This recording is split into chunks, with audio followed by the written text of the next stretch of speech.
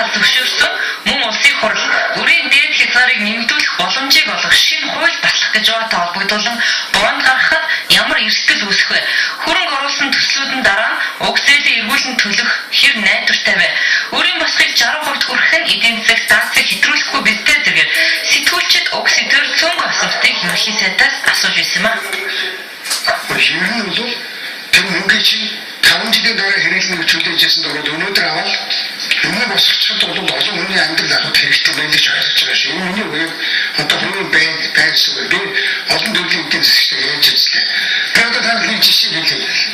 17 онд яаж өрөө төлдөг юм билээ толгой гашхад хэрэггүй. Өнөөдөр тэтгэдэг Чингис Монгол авсан энэ хөрөнгө аваад хийж байгаа хөрөнгө оруулалт чинь өөр 17 он гэхэд асар хэмжээний өсөлт өгч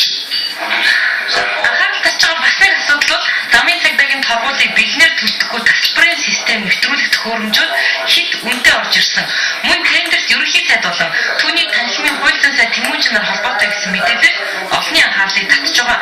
Үүнд худалдаа авах ажиллагааны газрын дарга тайлбарласан бол удаа дараалан элдв цуурхал тарааж нэр хүндэд нь халтаж байгаа хүмүүсийг шүүхэд өгнө гэдгээ ерөнхий сайд мэдгдсэн юм а. Яг хууль зүйн сайд өөрөө үнийн хууль болон ажлын даалгавруудыг ингэж өөрөө албачуулаад яг техник тодорхойлт ажлын даалгаврын дагуу мэргэжлийн даргаалуудаар ирүүлсэн байгаа. Энэ ажлын даалгаврын таавах хэмжээж байна. За энэний дагуу бол бид нар одоо 6 сарын 21-нд энэ тендерийг бодвол нээлттэй хэвлэл мэдээлэлээр гадаад эдгэд оролцох боломжтой учраас бүх одоо өдөр тутмын үндэсний санын хэвлэлүүдээр одоо тендерийг бол ил тод ингэж зарласан байгаа. Ямар нэгэн байдлаар энэ энийг олон нийтэд очиж байгаа энийг зөвсөйг сөрөг болгох гэсэн юм оролцоо явж байна. Хоёр нөхөр суугаад хэвлэл оруулах хийгээд байна. Би одоо тэрний шинжилгээ өгсөн.